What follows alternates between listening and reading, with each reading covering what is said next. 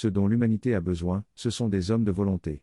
Certes, la majorité des hommes peuvent vivre comme des hommes d'émotion, et naviguer dans la vie en étant mus par leurs désirs et leurs envies, et en étant mus encore par les réactions de leur émotionnel et de leur sentimentalité. Ces hommes d'émotion pourront accéder au bonheur et y demeurer, si l'élite des hommes de volonté est suffisamment importante. Car c'est le travail des hommes de volonté qui apporte au reste de l'humanité, des possibilités de confort et d'aisance, des possibilités de bien-être et d'épanouissement. Un cadre vivant suffisamment évolué pour rendre possible et pour consolider la joie et la quiétude dans la vie du plus grand nombre. Est-ce que nous devons préciser que les hommes de volonté peuvent être de toute nationalité et que leur peau peut être de toutes les couleurs? Tandis que la typographie psychologique de l'homme d'émotion colle à la couleur de sa peau et à la culture de son quotidien, celle de l'homme de volonté transcende les conditionnements culturels. L'homme de volonté n'est ni africain ni européen, ni asiatique ni américain. Il est un homme universel ayant l'apparence extérieure d'un Africain ou d'un Européen, d'un Asiatique ou d'un Américain. Personne ne naît homme de volonté, et chaque homme de volonté l'est devenu. À la mesure de sa détermination intérieure à magnifier la force de son intelligence et la force de sa volonté.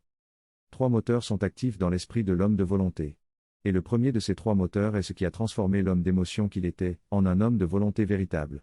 Le premier moteur est la volonté de travailler constamment à développer l'excellence. Voire le sublime. Dans une discipline ayant de la consistance. Toutes les disciplines ne se valent pas, et il faudrait abandonner l'idée d'une démocratisation de la valeur des choses. Car ce serait un nivellement vers le bas qui efface devant les yeux de l'entendement commun, la réalité. Certaines disciplines ont une portée matérielle, culturelle et spirituelle infiniment supérieure à d'autres. Le virtuose de la musique est d'une autre dimension que le virtuose du football. Le romancier de génie est d'une autre dimension que l'humoriste truculent. Même si la société valorise et rétribue toutes sortes de choses, il ne faut pas croire que la société a raison de permettre par exemple qu'un footballeur de talent devienne une icône médiatique plus imposante que le chirurgien talentueux. Ou qu'un comédien séduisant et talentueux soit davantage éclairé par les médias que le physicien théoricien de génie. Certes, la société est composée majoritairement d'hommes d'émotion, c'est pourquoi elle porte au nu les talents qui touchent le plus son émotionnel. L'homme de volonté se concentre avant toute chose dans la recherche puis dans la maîtrise de l'excellence, en prenant soin de se choisir une discipline ayant de la consistance. Et ayant de la noblesse. Peu importe que dit la société, la valeur d'un grand maître de Qigong est infiniment supérieure à la valeur d'un génie du tennis. Et la valeur d'un ingénieur doué et inventif est infiniment supérieure à la valeur d'un humoriste qui fait rire tout un pays. Quand le premier moteur se réveille en vous, même si vous n'aviez jamais investi une discipline consistante de toute votre vie, vous allez nécessairement vous intéresser au fait de faire un choix. Il n'y a pas d'âge pour s'engager dans la pratique des disciplines les plus nobles. Même si elles ne sont pas toutes également accessibles. Si l'homme de volonté est aussi un homme de spiritualité, il comprendra que les disciplines les plus nobles comprennent aussi la dimension des capacités énergétiques. Et cela veut dire que la volonté de maîtriser les plus hauts niveaux dans une capacité énergétique est une démarche équivalente à celle qui s'applique aux disciplines consistantes les mieux assises au sein de la société. Bien que les capacités énergétiques élevées ne soient pas les choses les plus faciles à maîtriser jusqu'à l'excellence, elles sont néanmoins les choses dont la porte sociale ne se ferme jamais. Car elles ne rentrent pas dans le jeu des délais et des limites qui existent dans les écoles supérieures et les académies techniques. Pour l'homme de spiritualité ayant la chance d'accéder à un enseignement clair et pertinent sur ces questions, toute la démarche se résout dans la volonté intense d'exceller dans la pratique spirituelle. Et que personne ne vienne vous convaincre d'abandonner l'exigence d'excellence dès qu'il s'agit de pratique spirituelle, c'est même là que cette exigence doit être la plus ardente et la plus forte. Sans jamais se transformer en crispation. Le deuxième moteur c'est la volonté de permettre à l'humanité, à quelque échelle que ce soit, de bénéficier des fruits de l'excellence qu'on a appris à maîtriser dans une discipline ou dans une capacité. L'homme de volonté a développé le meilleur. Et le second moteur qui l'anime, est la volonté de permettre à l'humanité, encore une fois à quelque échelle, de bénéficier du meilleur.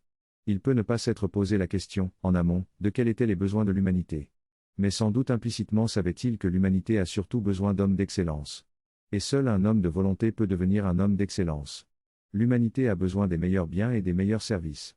Elle a besoin du meilleur de tout ce qui peut la soulager et la guérir, de tout ce qui peut étendre son champ d'action et son champ d'expérience. De tout ce qui peut lui permettre de trouver mieux que le plaisir, de trouver la joie et la paix. De trouver de quoi la rendre intérieurement un peu plus forte et un peu plus verticale. L'homme de volonté n'est pas intéressé à faire simplement de son mieux, parce que bien souvent cela cache la résignation à la médiocrité. Ce qui intéresse l'homme de volonté, c'est d'atteindre à l'excellence, maîtriser cette excellence, et d'offrir cela à l'humanité. Même si c'est seulement un individu isolé qui doit en bénéficier. En suivant le premier moteur dans ses acceptions les plus spirituelles, l'homme de volonté est devenu aussi un homme serein. Et sa sérénité est une force au-dedans de lui, et non le résultat de conditions de vie paisibles et confortables. Mais tous les hommes de volonté ne sont pas encore nécessairement des hommes de spiritualité.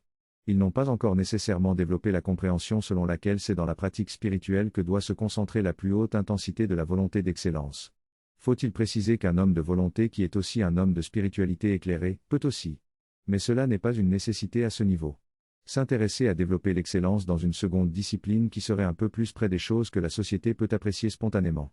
Le troisième moteur ne concerne pas les hommes de volonté qui sont aussi des hommes de spiritualité, parce qu'ils sont déjà engagés dans la recherche de l'excellence au sein de leur pratique spirituelle. Parce que le troisième moteur c'est la volonté de trouver la clé de la réalisation de la paix intérieure inconditionnelle. Et de travailler cette clé.